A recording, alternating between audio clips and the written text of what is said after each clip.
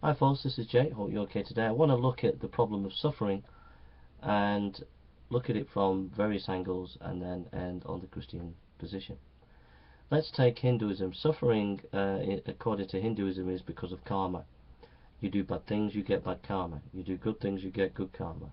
And basically, whatever things you do bad, or whatever things you do good, you'll be reincarnated in a better position if you do good than if you did bad. So it's about what you sow is what you reap.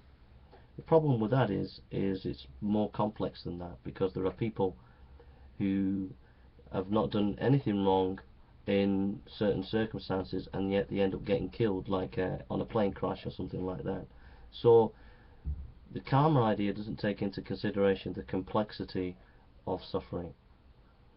Then you have Buddhism. Buddha said that the way to get rid of suffering is to get rid of your desires. We suffer because we desire. So if we get rid of our desires, then we get rid of our suffering. The problem with that is that we have good desires. The desire to love, the desire to be generous, etc. So again, it's not a deep enough psychological construction of who we are as human beings. We can't negate that which we are. Then you have Islam. Islam says that suffering is because of the inscrutable will of Allah. The problem with that is two things. One is, what do we mean by will?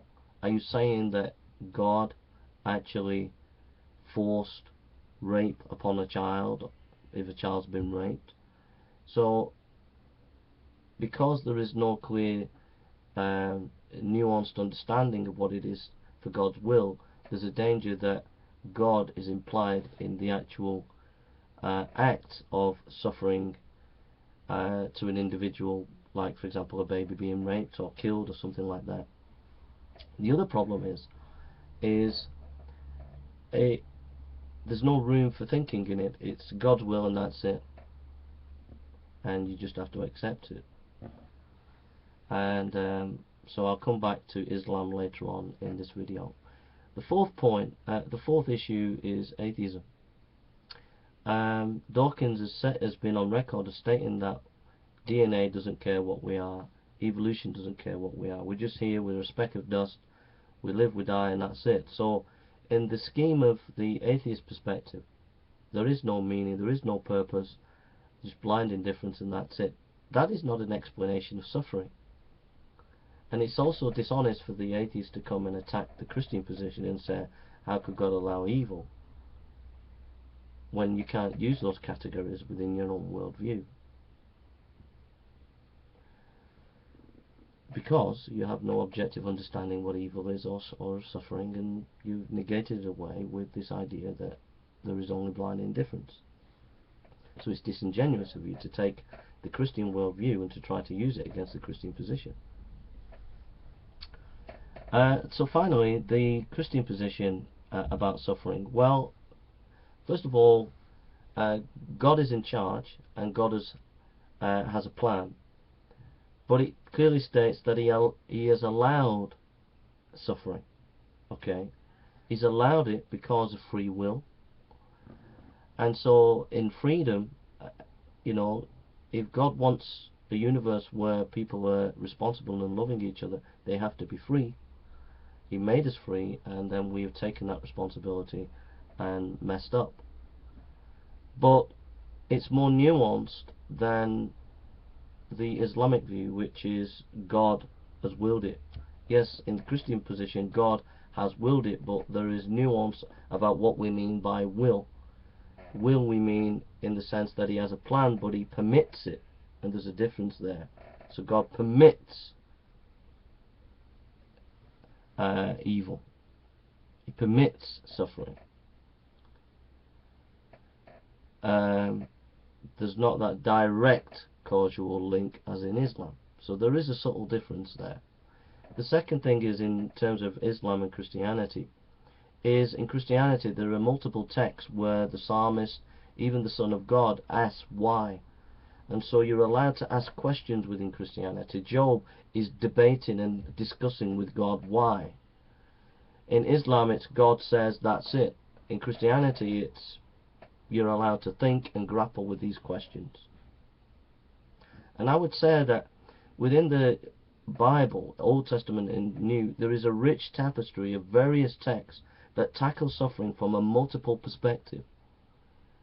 So you have the book of Job, you have the Psalms, you have the Gospels, you have Paul's epistles, you have the book of Revelation, and all these books tackle suffering from multi-dimensional points of view.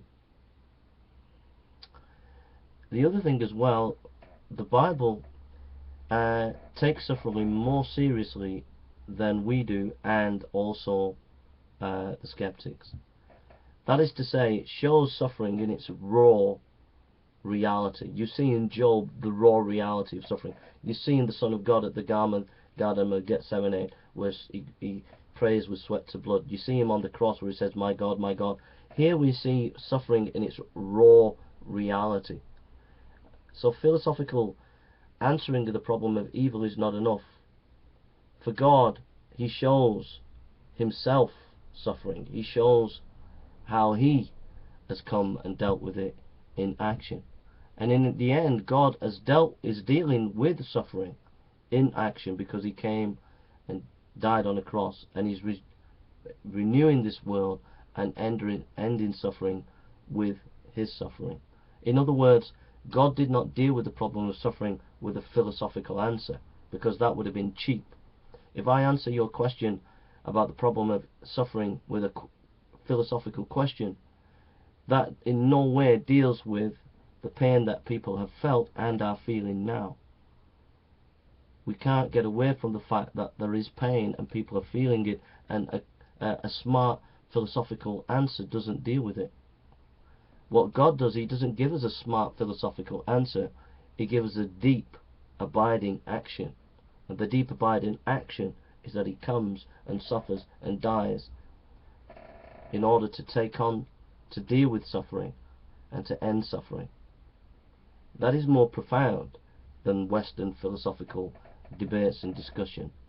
It's much more realistic, it's much more raw and gutsy in dealing with this issue than the trite philosophical answers that we try to give in the West. But also the Bible tackles suffering from a multiple perspective and gives a number of resources, that God is with us, that God understands our suffering, that God has suffered as well and walks with us in our suffering, and that ultimately we can commune with God through Christ in our suffering. These are much more deeper, complex, deeper, nuanced, hopeful understandings of suffering than what Western academics can give, than what Islam can give, Hinduism can give, Buddhism can give, and atheism can give. You have much better resources for dealing with this issue than any of those worldviews. Thank you for listening, and take care.